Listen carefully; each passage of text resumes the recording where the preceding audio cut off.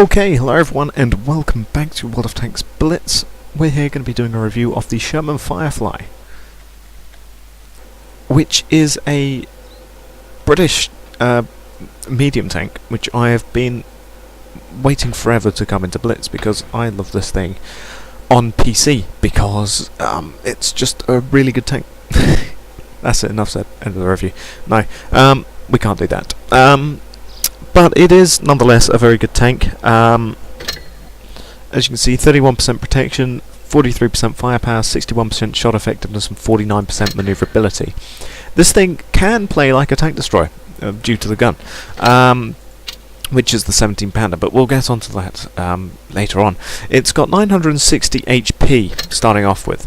So, yeah, 960, well, the AC4's got 970, the VK has got 1050, the Victory has got 930, the Schmolterm has got 950, the Fury has got 980, and the Cromwell B has got 960.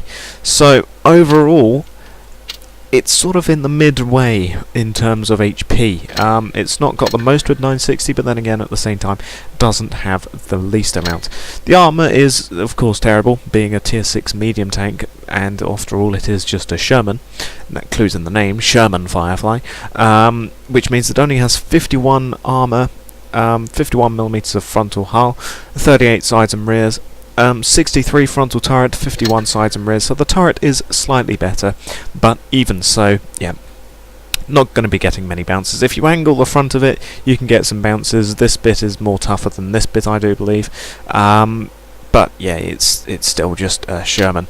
I mean, the AC4 has got 65 frontal hull and some rear hull, but it's not really very well armoured. The Schmolterm's got a very good turret, but even so, lightly armoured sort of frontal hull. The Victory is just a T-34, so yeah, armour's not the weak, armour's not the strong point of of tier 6 mediums.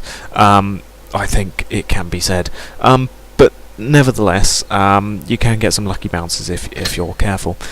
It weighs 33 tons, but it only has a 470 horsepower engine, which means it gets a 48 kilometers per hour top speed with a 45 degrees per second hull traverse and a 40.68 degrees per second turret traverse, which is not bad.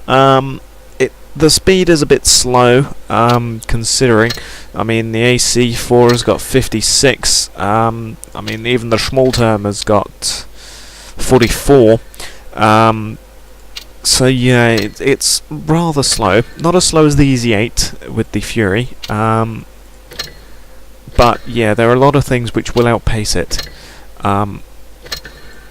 which is a shame, but the power to weight is also a little bit slow, perhaps, but oh well, you'll have to deal with it. It is, even so, not that bad. It's got a good traverse and a decent enough turret traverse. So yeah, not that bad on maneuverability. I mean, it is just under 50%, so it's just under halfway, so only by 1%. So yeah, nothing much really to say about that. As for the engine, you have two types of engines. You've got the Chrysler A57 and the Wright Continental R, bunch of numbers and letters, which gets 20 more horsepower, so yeah, not that big of an upgrade really. The suspension is the 5C rather than the 1C, which just gives it a higher hull traverse. No turret upgrade, there's only the one turret, the Sherman 1C turret, because this is based off of like an M4A1 Sherman, as you can tell by the rounded sides. But then you have got two different guns, unlike in World of Tanks PC where you have another turret upgrade and a couple of guns. You only get two 17 pounders right off the bat. So here is the stock gun, which is an Ordnance Quickfire 17 pounder gun Mark IV SH-SH, which is a rather odd number, or name rather, but it does get an 11.22 rate of fire rounds per minute. It also gets 148 average pen, 171 with APCR, 38 with HE, 160 average damage for being a 76mm gun, 190 with HE, yeah. .34 dispersion, which is rather accurate, and it also gets a good aim time, so it's not a bad gun to be playing this tank stock with. Because after all, the Schmalterm has got a very good gun, and that has 150 penetration. The Fury, 128 average pen.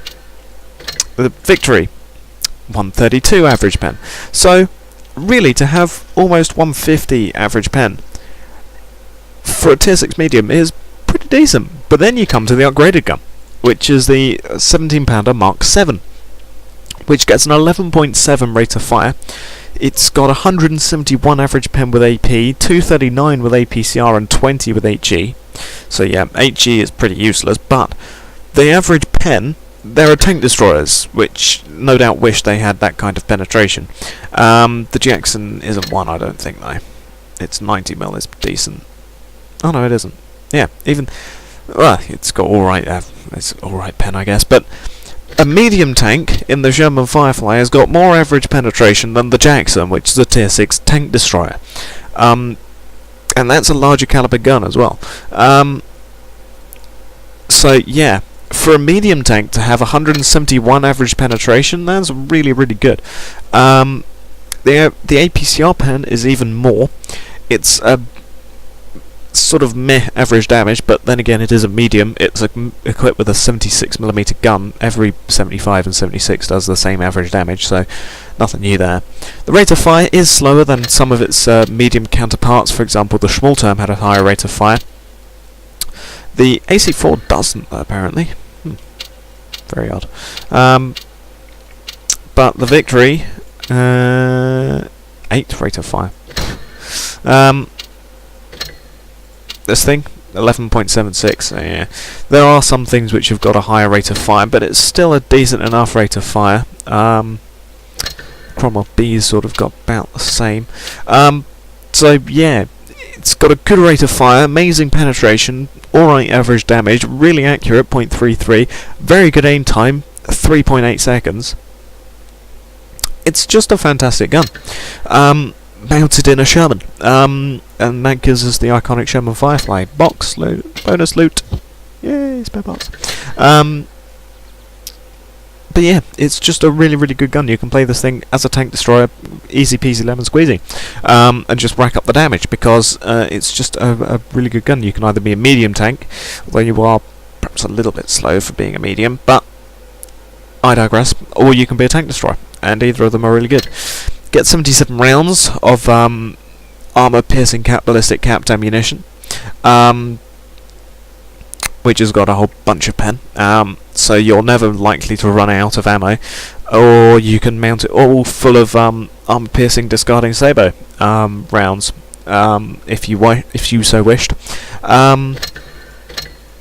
Even though that does take the average damage down to 135, but you're never likely to run out of ammunition, is what I'm trying to get at there.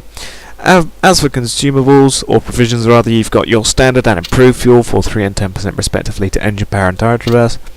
You've got black tea and tea and pudding for 3 and 10% respectively to grip mastery.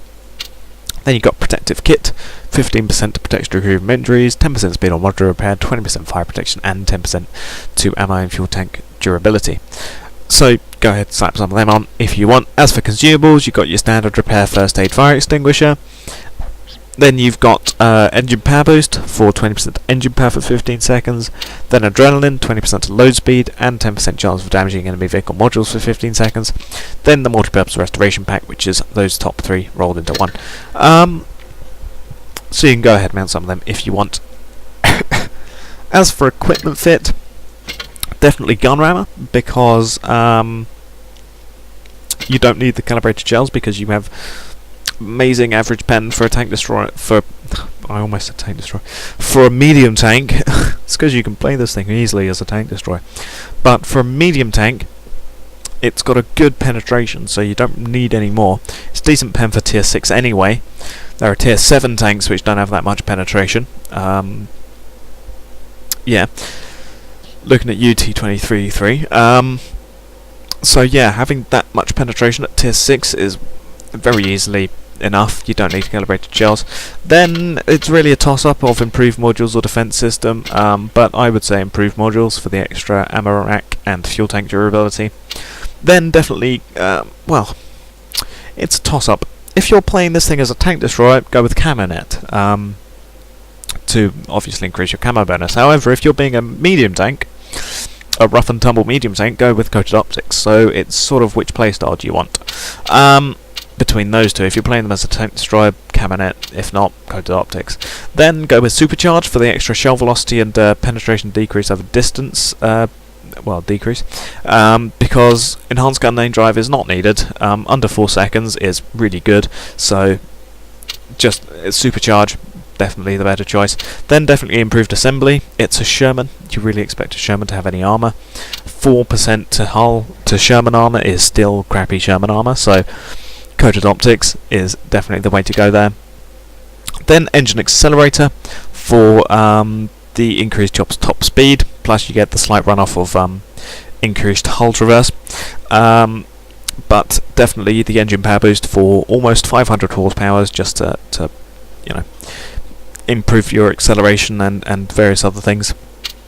Then I would say vertical stabilizers, because a refined gun, you have a .33 accuracy. That's really accurate, so you don't really need the refined gun. If you want it highly accurate, sort of Death Star super laser accurate, then go with refined gun. But generally, it does snapshotting decently if you get vertical stabilizers. So I would say go with vertical stabilizers. Then your choice really of those two, and then your choice of whatever the hell those two things are. So overall, it's one of my favourite tier 6 mediums, because it's just got loads of pen.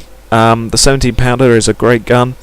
And the Sherman chassis that's mounted on isn't that bad either. But yeah, it's all about the gun with this thing, and it's a really, really good gun, and just therefore a decent tank. So yeah, I'll thank you for watching, and goodbye.